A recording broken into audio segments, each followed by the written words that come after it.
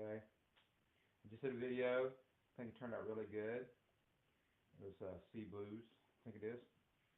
And essentially, I'm going to kind of go over some of the stuff that I did in that video.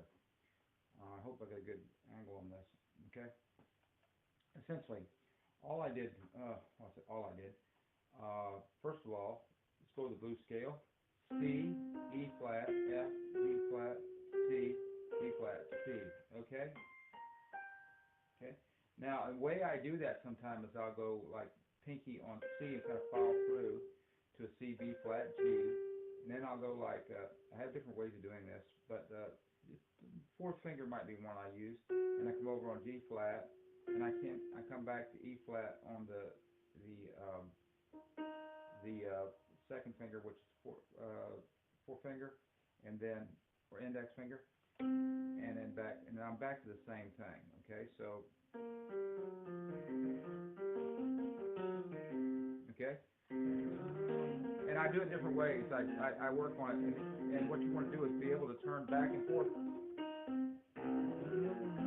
You want to be able to turn back and forth even if I'm playing on an F7, which is F A C E flat.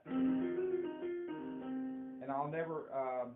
Once I played a while back, I was playing Georgia, and I found out that Georgia, even though it's written in F, is played with the D blues. Okay.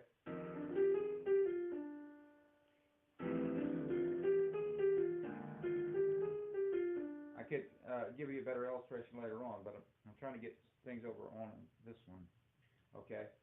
I did Georgia before, and take my word for it, it's played in D blues. Okay. So anyways, that'll be eliminated. Okay. So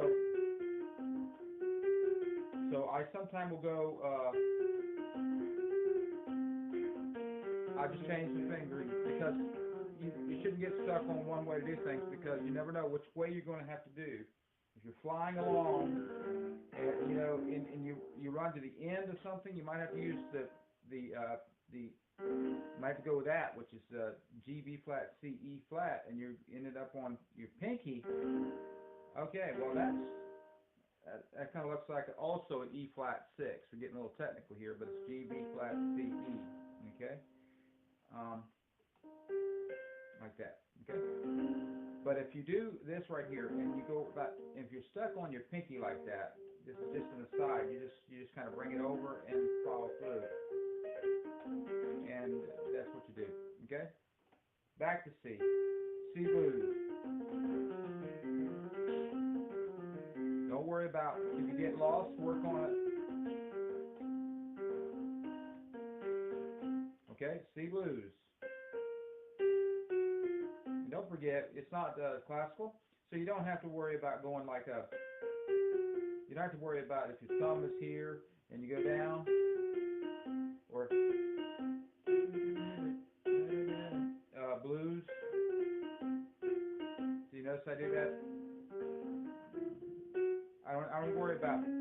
I don't worry about it. If I hit a wrong note in blues, that really and truly is not a wrong note. It just comes out of the C diminished half scale, which I give a little thing on that, which that's this. Okay? But that's not important. I'm getting sidetracked here. C, and I like to sing my blues. G, G flat, F, E flat, C. And I like to do this.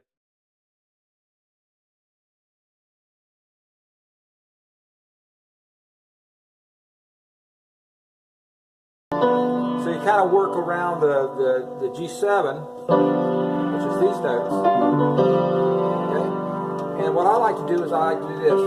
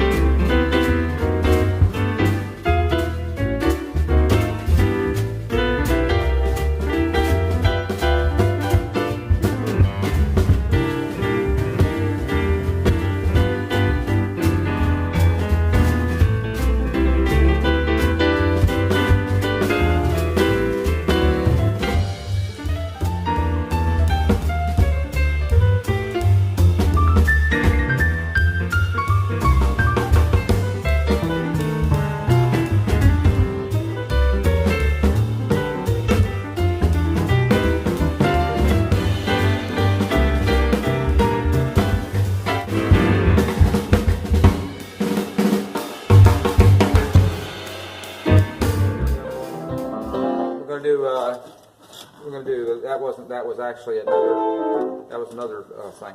We're going to do 12 bar blues. We're going to do it really slow. Okay, really slow.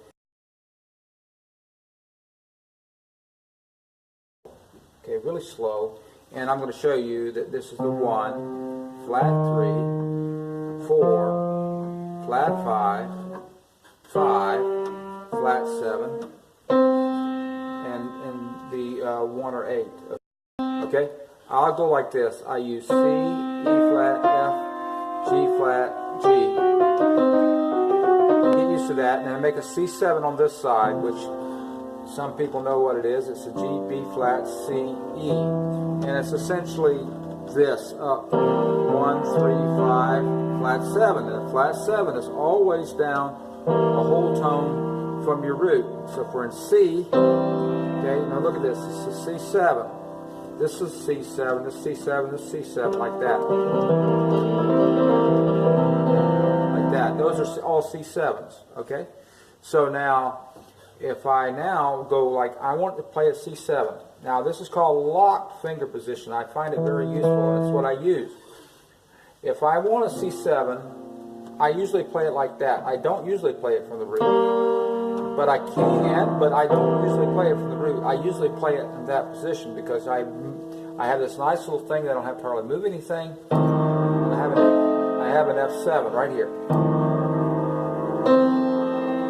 And then I go back to C7.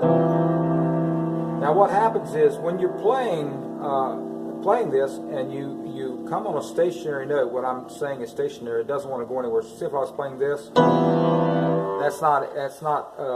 it's not stable. Okay, now if I'm playing a C, and we're going to cover a lot of material in this one, it's still made for beginners.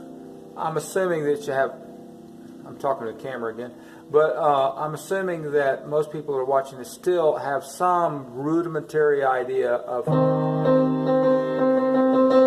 okay, so they're learning the rudiments of it. But now you see this C is part of this C. So this is a note. Now I'm going to play a one note thing here so we can get started, have some idea. Maybe one or two notes, okay? That's that flat 7 right there. Now you're going to move to an F, okay? But you can stay with that right there. But you can't move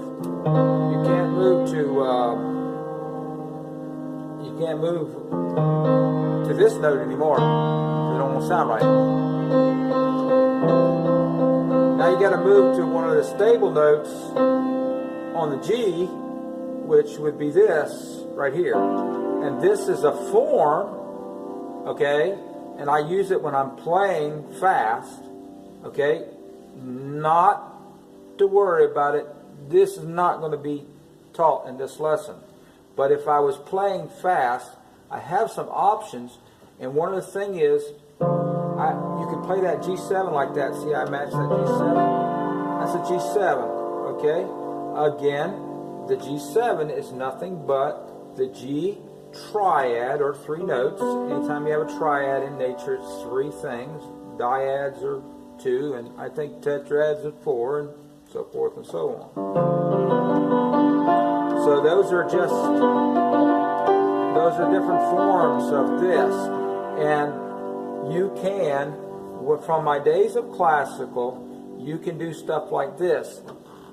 Please don't try to do this, okay? I just want to show you where all this stuff comes from. If this is a G7, okay, if you'll notice, I have in it, if I started from the D and went these notes right here, I would have a broken chord called an arpeggio. And I'm just going to show you what it sounds like. And my camera is not sounding that great right now. I'm not picking up, it's got a little distortion, and please bear with me.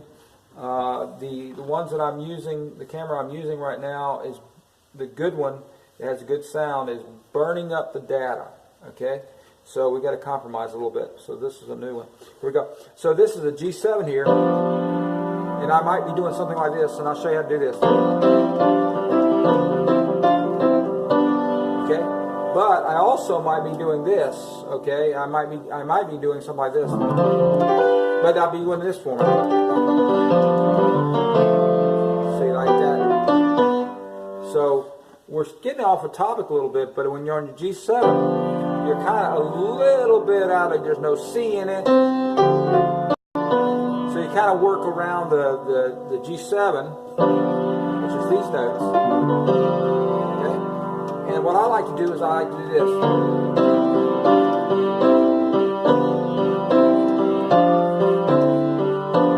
Okay, now we're going to go back to the C blues. Okay, ready? Here we're going.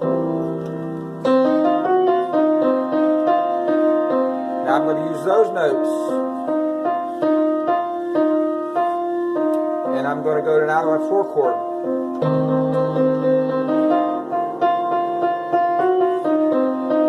Now the 5 chord. And what I like to do is I like to go back to the 4 chord. Notice I went to G7. Now it's a G7 here, but right here it doesn't have that note in it. I don't want that note in it.